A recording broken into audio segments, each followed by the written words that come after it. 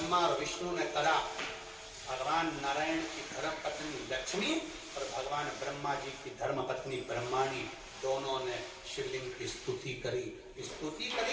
तब भगवान ब्रह्मा और भगवान शिव ने जब शिवलिंग का निर्माण कर वहां पर स्थापित किया तो लक्ष्मी और सरस्वती को उनकी सेवा में लगा दिया। सेवा में लगाया तब भगवान शंकर उसी समय पर प्रकट होकर ब्रह्मा और विष्णु के सम्मुख में अपनी आकाशवाणी से कहते हैं, अपनी आकाशवाणी से,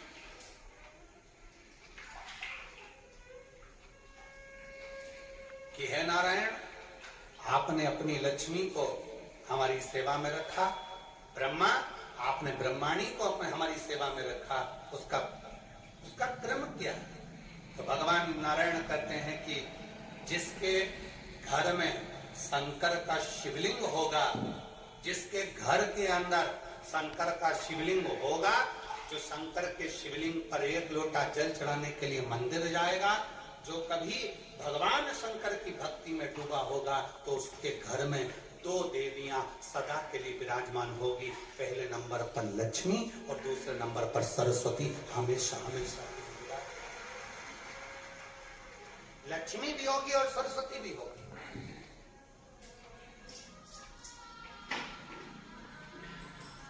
अब दोनों देवियां खड़ी हो गई। शंकर जी से पूछा, पहले ये बताओ कि सरस्वती जाएगी कि लक्ष्मी जाएगी घर में?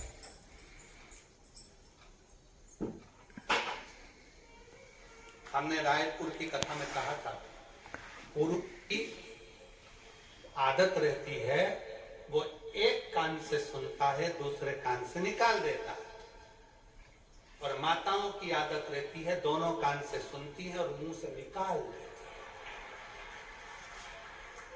बोल दो।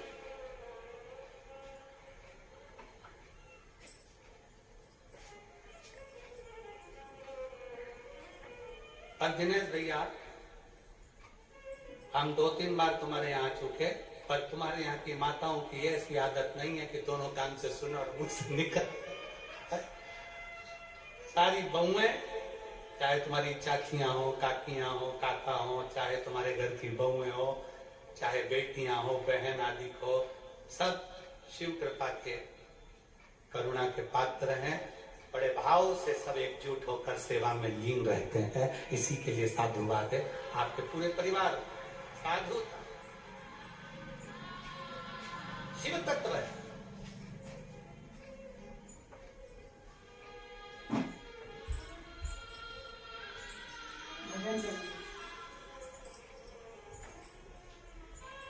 पहले सरस्वती जाएगी कि लक्ष्मी जाएगी? अब दोनों देवियां सामने खड़ी हो गई।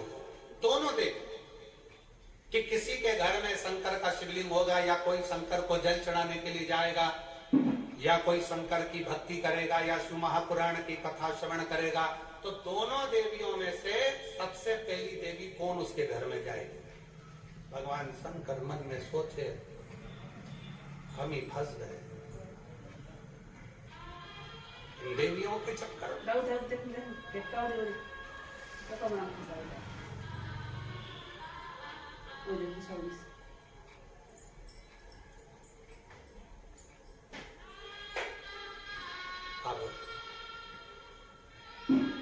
शिव जी मुस्कुराकर उत्तर दिए, ऐसा नहीं है कि पहले एक देवी जाएगी फिर दूसरी देवी जाएगी। शिव महापुराण में भगवान शंकर वर्णन करते हैं ब्रह्मा और भगवान नारायण की साक्षी में, जिसके घर में शिवलिंग होगा, जो शंकर के मंदिर में एक लोटा जल चढ़ाने के लिए जाएगा, जो शिव महापुराण की कथा को श्रवण करने के लिए जाएगा, उसके घर में दोनों देवियां एक साथ कदम रखकर प्रवेश कर जाएंगी।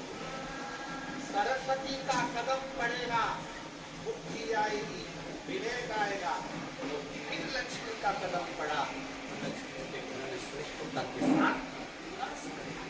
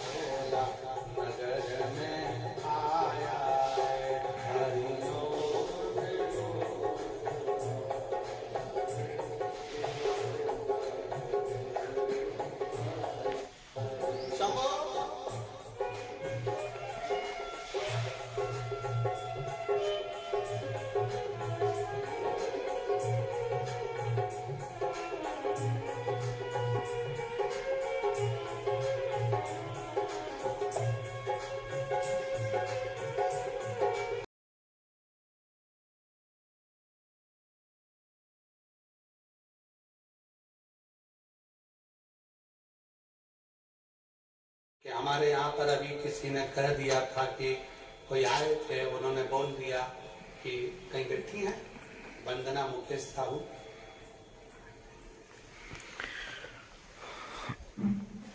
किसी ने कह दिया कि शंकर जी पे चढ़ा हुआ जल मत पियो, कोई आए होंगे, उन्होंने कह दिया। हमने उनसे पूछा कि शंकर पे चढ़े हुए जल पीने से क्या होता है, तो हमने कह दिया पाप लगता। तो उनसे दारू पीने से पुण्य मिलता है।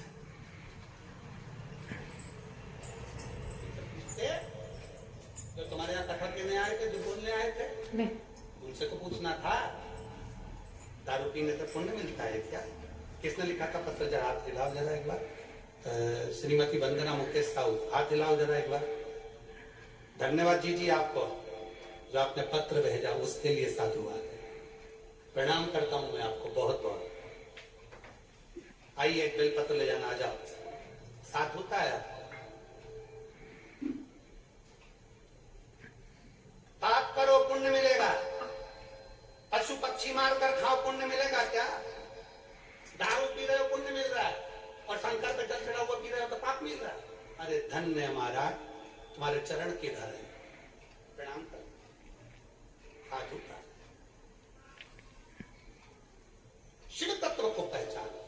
शंकर ओ घड़ी है, शिव शिव है, शंकर के अड़भंग भक्त हैं। अरे भाई,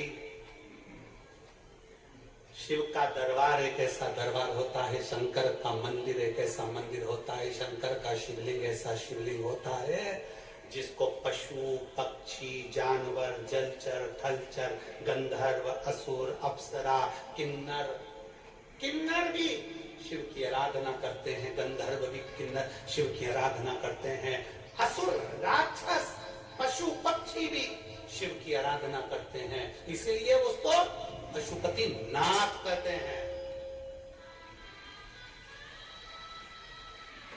सारे देवताओं की मूर्ति खंडित हो जाए तो उसको खंडित मानी जाती है, पर शंकर भगवान के शिवलिंग के 10-20 टुकड़े भी हो जाएं, 100 टुकड़े भी हो जाएं, तो शंकर का शिवलिंग खंडित नहीं माना जाता, वो अखंड माना जाता है,